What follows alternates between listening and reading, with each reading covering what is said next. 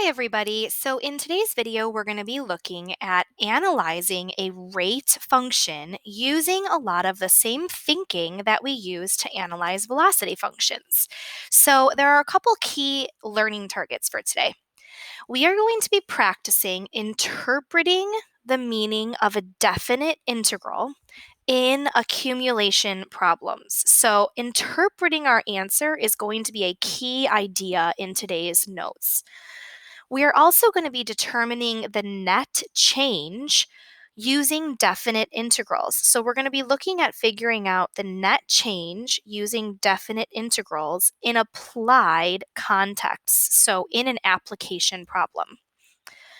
Before we start, I just want to help you see the big picture. So one of the big ideas in calculus is analyzing a velocity function. But the velocity of a particle is not the only rate that we can analyze. We can apply the same concepts that we use to analyze particle motion to applied rate problems in other contexts. So, a lot of the same thinking that we use in a velocity problem where we're looking at particle motion are the same ideas we're going to be using today, but in a different context where we're not necessarily going to be talking about particle motion. So, let's start with a review. So we're going to review interpreting the integral of a rate function. So suppose that S of t represents the rate at which snow is falling on a driveway in inches per hour. Explain the meaning of the integral from 2 to 7 of S of t using correct units in the context of the problem. So I want to start by making sure I know what S of t represents. In this context, the function S of t represents the rate at which snow is falling on a driveway. When I integrate, I'm going to get the amount of snow that fell on the driveway. So in my sentence, I would start by stating what I'm finding, the integral from 2 to 7 of S of t dt represents. And now my noun is going to be the amount of snow that fell. My units will be measured in inches, because if I multiply inches per hour times hours, I get inches. And my time would be from t equals 2 hours to t equals 7 hours. Let's try this one more time. Suppose that R of t represents the rate at which water is filling a tank. So this is going to represent the rate at which water is filling a tank in gallons per minute. Explain the meaning of the integral from 0 to 9 of R of t using correct units in the context of the problem. So once again, I'm going to start by stating what I'm finding. So the integral from 0 to 9 of R of t dt represents. Now my noun is going to be the amount of water that entered the tank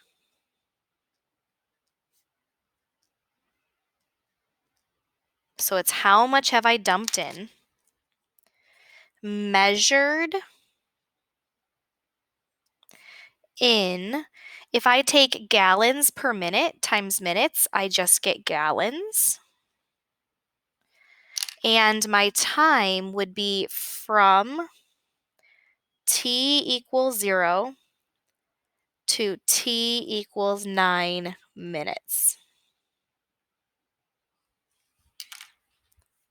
Okay, remember our strategy is we need a noun, we need units, and we need time.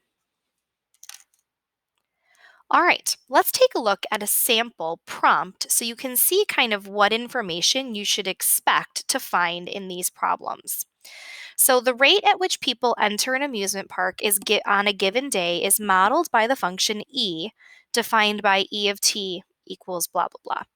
The rate at which people leave the same amusement park on the same day is modeled by the function L, and L is given. Both E of t and L of t are measured in people per hour, and the time t is measured in hours after midnight. These functions are valid for 9 is less than or equal to t is less than or equal to 23, which are the hours during which the park is open. At time t equals 9, there are 10 people in the park. So in these problems, you'll know that this is a rate function problem because you will be given equations that represent rates. One of the things you will usually see in these problems is a rate at which your stuff, in which case this problem is talking about people, is coming in.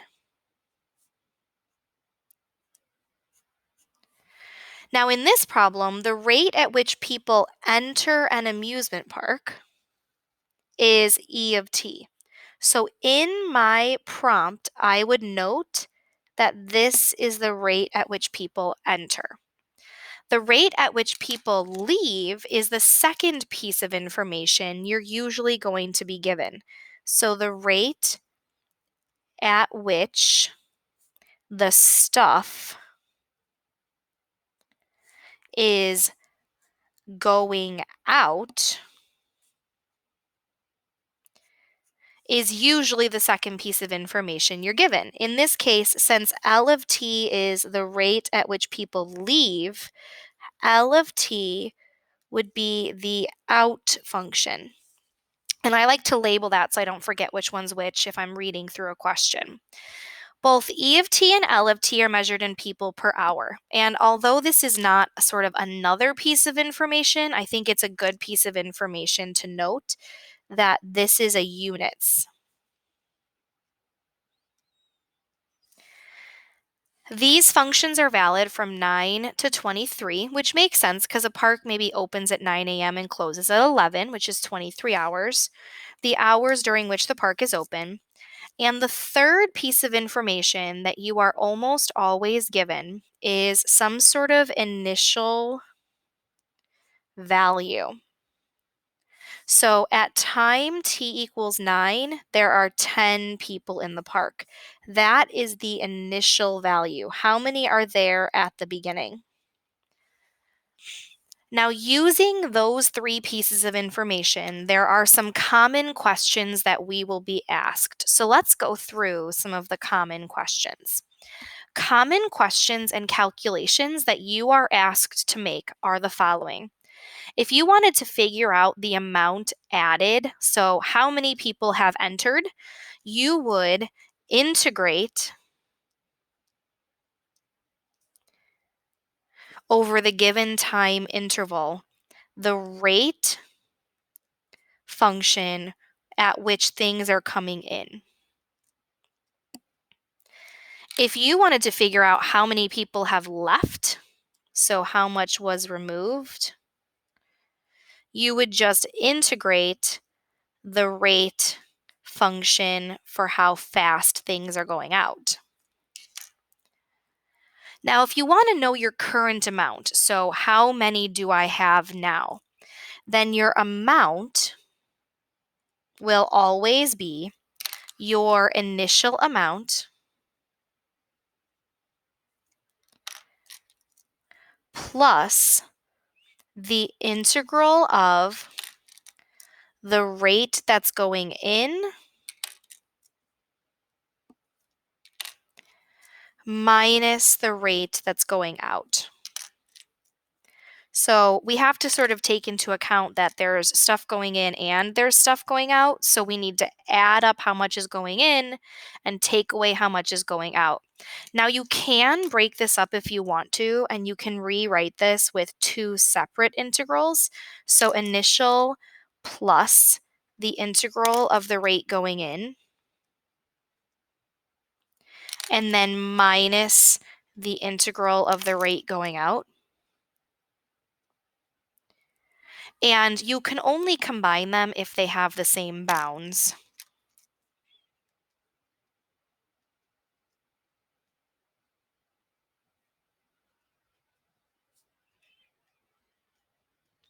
So as long as your in and your out function are operating over the same time interval. Now, another common question is the amount of stuff that you have, is the amount of snow on the driveway increasing or decreasing?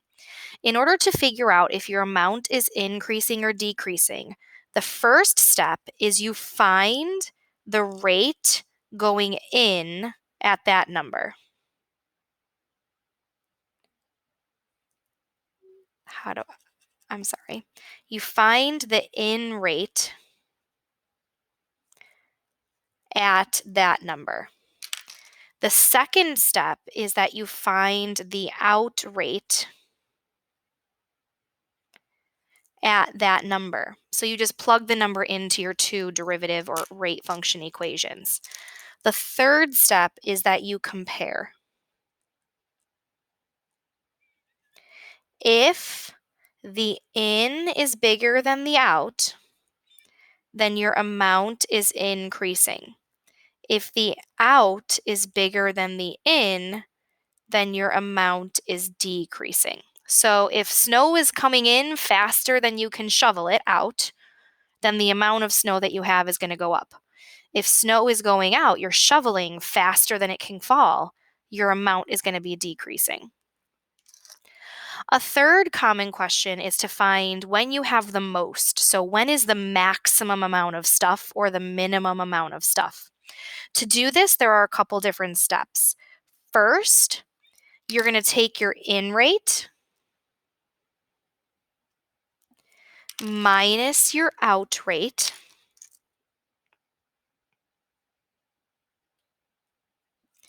and make this equal to 0. Think about this as saying, like, let's find the critical points. To find a min or a max, we find the critical points by making the derivative equal to 0. Only in this case, you have two separate derivatives that are both affecting your value. So it's your in rate, your in derivative, minus your out rate, your out derivative, equals 0. After you have those values, your second step is going to be to make an options chart.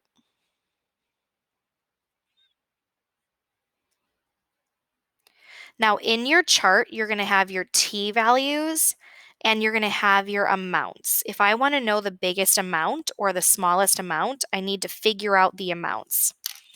In the t column, you're going to put your end points and your t values that you got from solving this equation. To figure out your amount, you're going to use this formula for each of those t values. So you might have to do this formula more than one time to figure out a bunch of different amounts. Another thing that we're asked to do a lot is to find r prime. So if you have a rate function, find the derivative. I like to think about this as almost like finding the acceleration. You're finding the second derivative because you've already got the first derivative and you're doing the derivative again. So one of the things you would have to do is you'd have to actually find the derivative, which you can use your calculator for. But explaining the meaning is where it happens. So to explain the meaning, you would say r prime of t represents, and you would want to use the word the rate at which, and then you want to put in what the original function was measuring. Is changing. Your units would be measured in units per time per time, because remember, it's kind of like an acceleration. It's like meters per second squared. And then you would say at whatever t value you were plugging into your equation.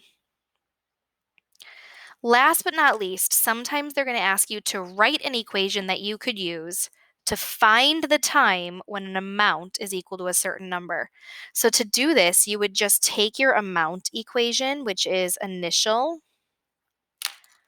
plus the integral of your in rate minus the integral of your out rate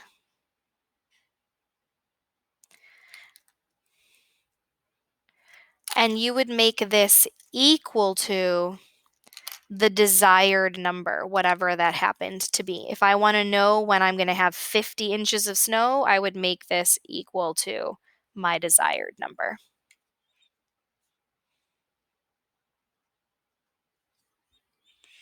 So let's do some practice problems. These are almost 100% of the time going to be calculator questions, so you're going to want to make sure to have your calculator out while we're going through these notes.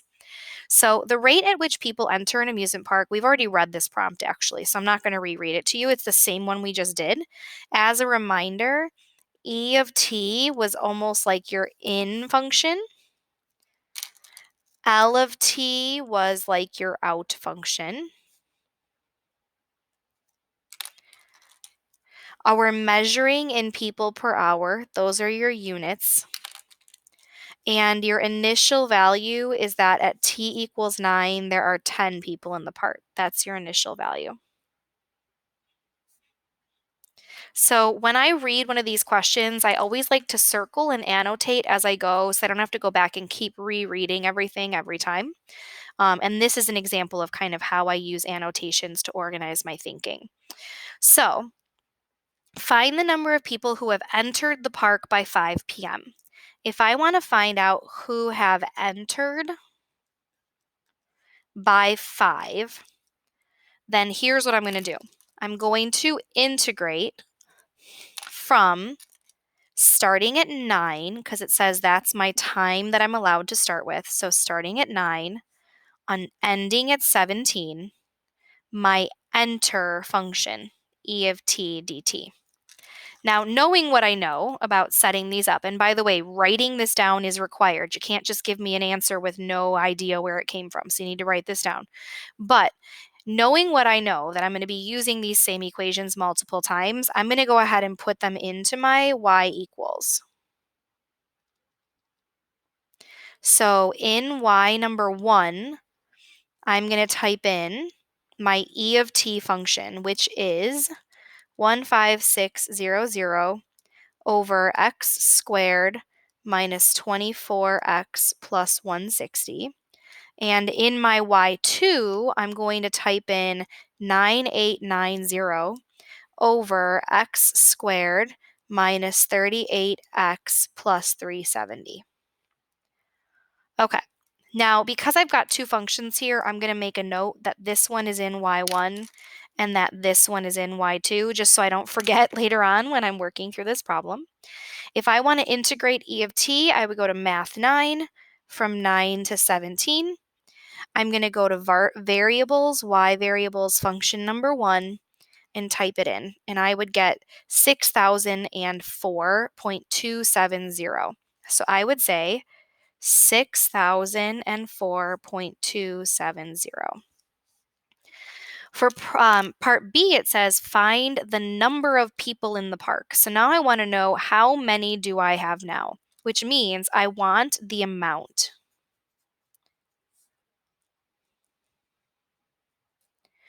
So to figure out the amount, my amount would be my initial value, which is 10, plus the integral from 9 to 17 of my entering function minus the integral from 9 to 17 of my exiting function. So now I'm just going to type all that in. And this is just how many did I start with plus how many entered plus how many or minus how many left is going to tell me how many I have now.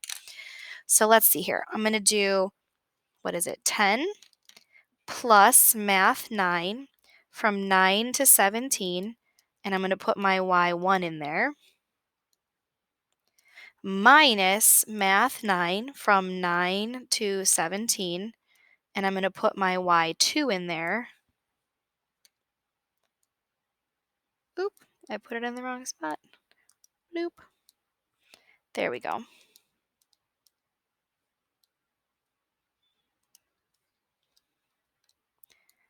Dx, and that's going to give me 3,735.163.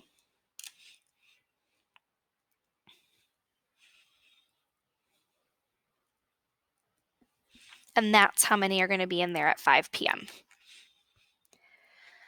Okay, let's take a look at the next possible question. So another question that I might get asked is, and this is a sample prompt from one of the AP tests that we have an example of. On a certain workday, the rate in tons per hour at which unprocessed gravel arrives at a processing plant is modeled by G of T. So arrives tells me that this is the rate at which things are coming in, where T is measured in hours.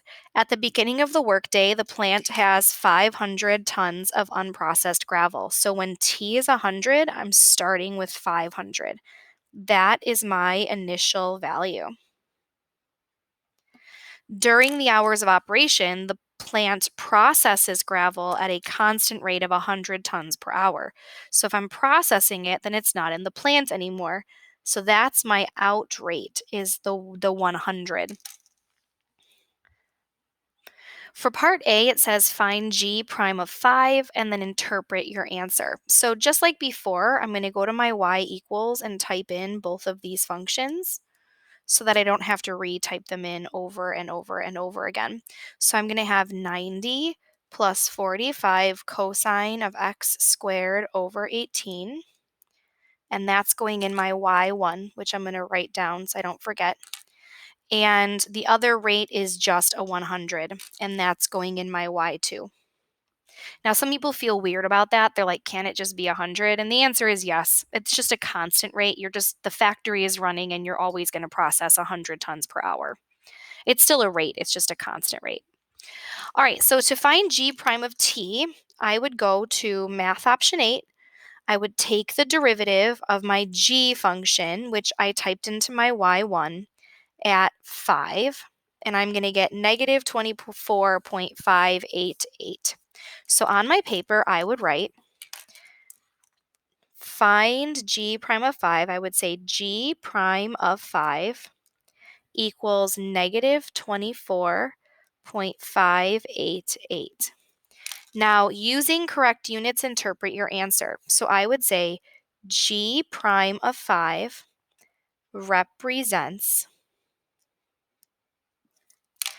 Now I'm going to use the words rate because I'm finding a derivative. The rate at which, and now I'm going to write down what G of T represents. G of T represents the rate at which unprocessed gravel arrives. The rate at which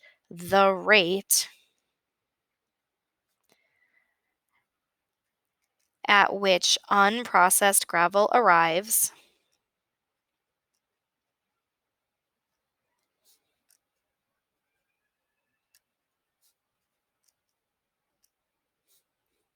So it's the rate at which unprocessed gravel arrives is just what the function was measuring.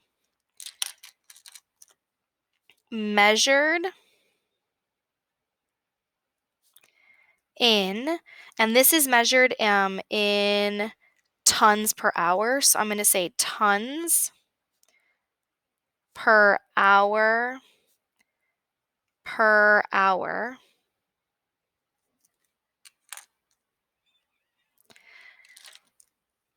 And then I'm going to say the time at t equals 5 hours.